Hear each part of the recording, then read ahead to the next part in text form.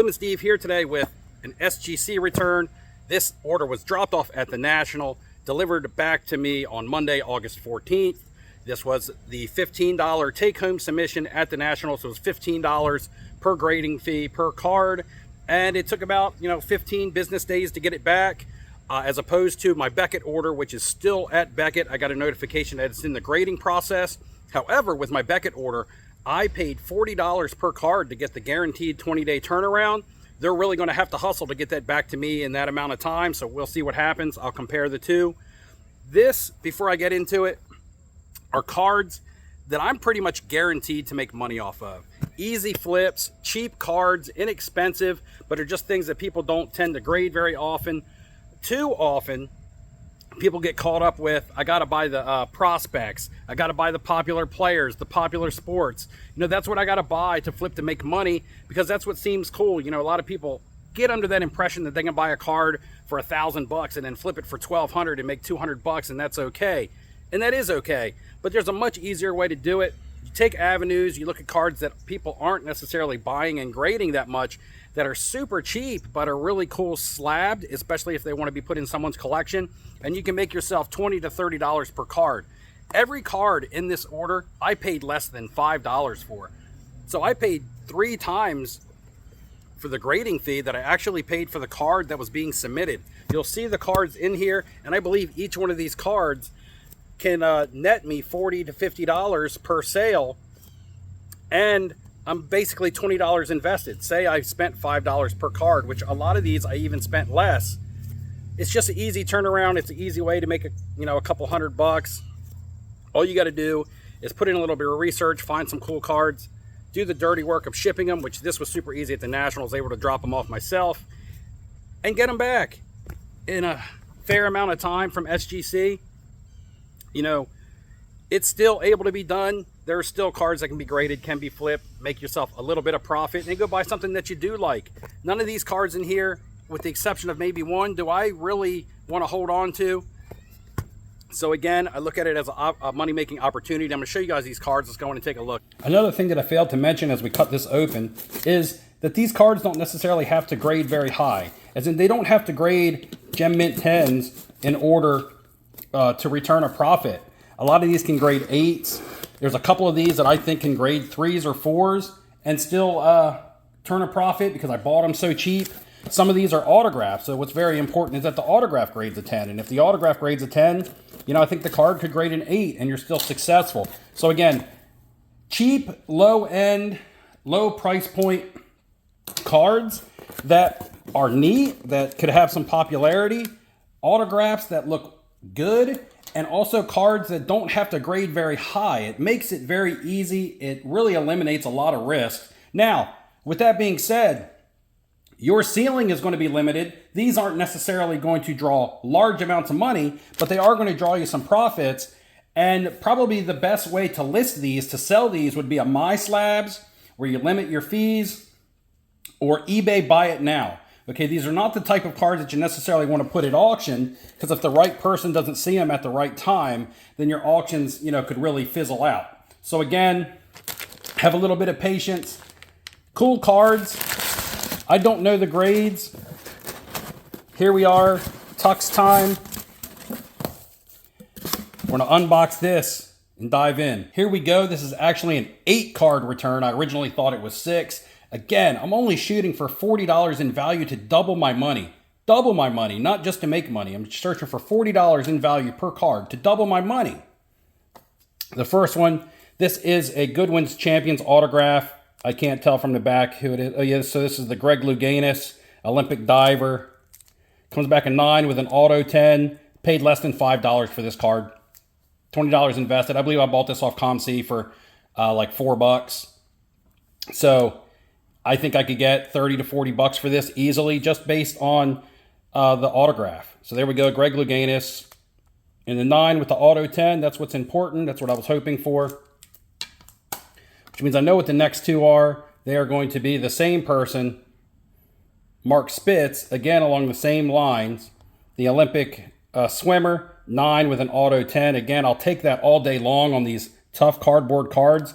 I bought 2 of these for $6 and change. So here's the other one right here. A little bit over $3 per card. Again, just autographs of people who have been successful athletes but aren't necessarily super popular with today's generation, but still will hold some value to someone.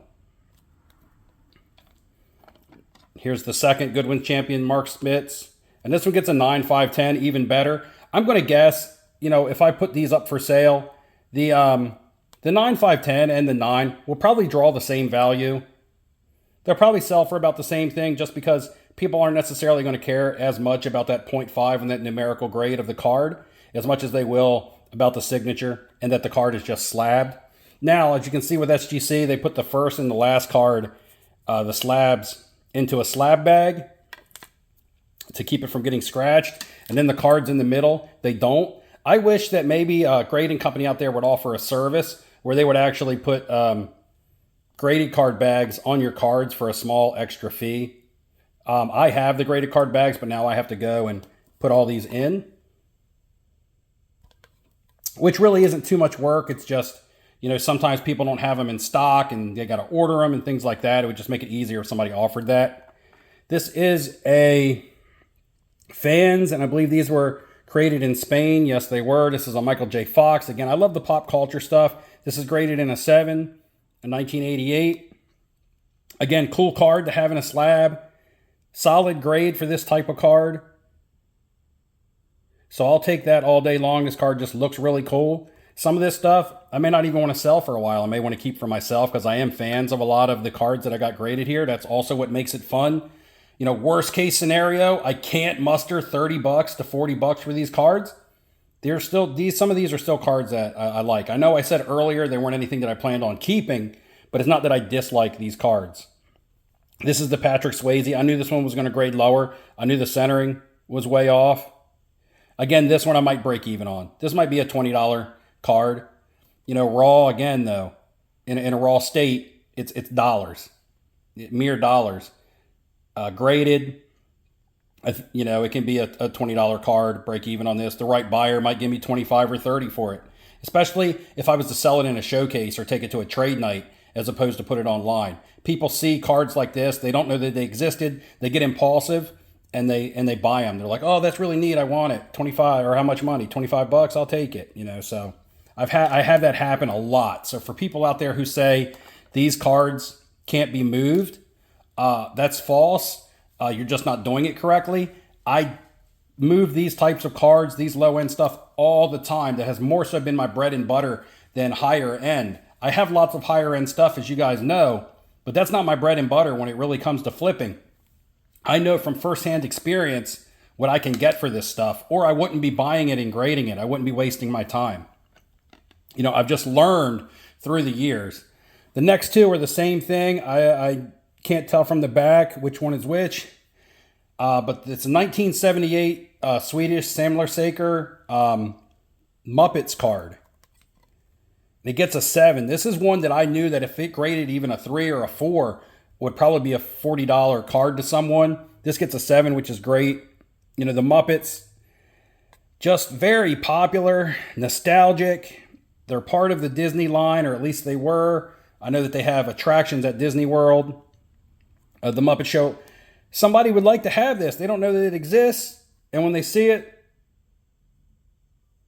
I just know from, like I said, from experience. I don't mean to beat a dead horse, but this card's really cool. I got 2 of them. Here's the second one.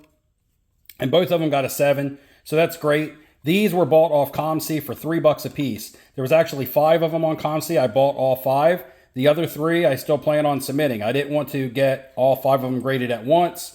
I might send a couple of them to PSA just for the heck of it.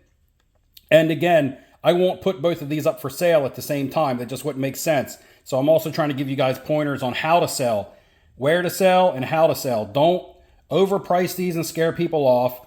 Put them at a fair amount that you could, that you're willing to take for them. Don't put them at auction.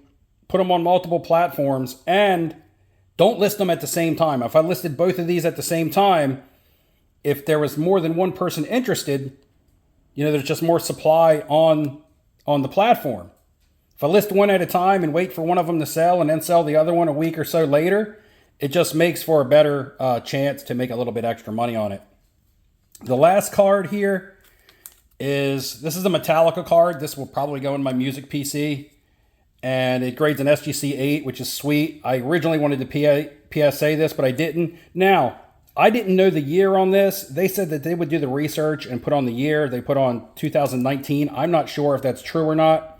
It's definitely a much, much, much older photo. And maybe they just took a older photo and put it on a newer card. I'll have to reach out to someone who knows a little bit more about this. Maybe Ryan from Breakout Cards. If you watch this video, can you comment below?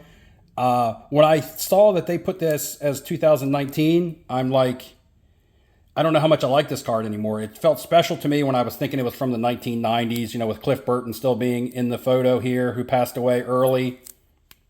It's just not as special to me if it's a newer card. I don't know. That's just the way that I feel about it. All right, guys, that's my SGC order. Thanks for watching. Make sure you're liking and subscribing. Comment below. I'm trying to get some help to name my fantasy football team for the national giveaway, the fantasy football team, the fantasy football league that we're doing to raise money for the national giveaway that we are going to do again this year. And I want you guys to help me out on naming my fantasy football team. Tell me what you're grading. What are you sending in? You got any oddball stuff? Are you sticking to high end? Are you flipping any low end stuff to make yourself a couple bucks here and there? What is your favorite card out of this order? All right, guys, take it easy. I'll talk to you in the next video.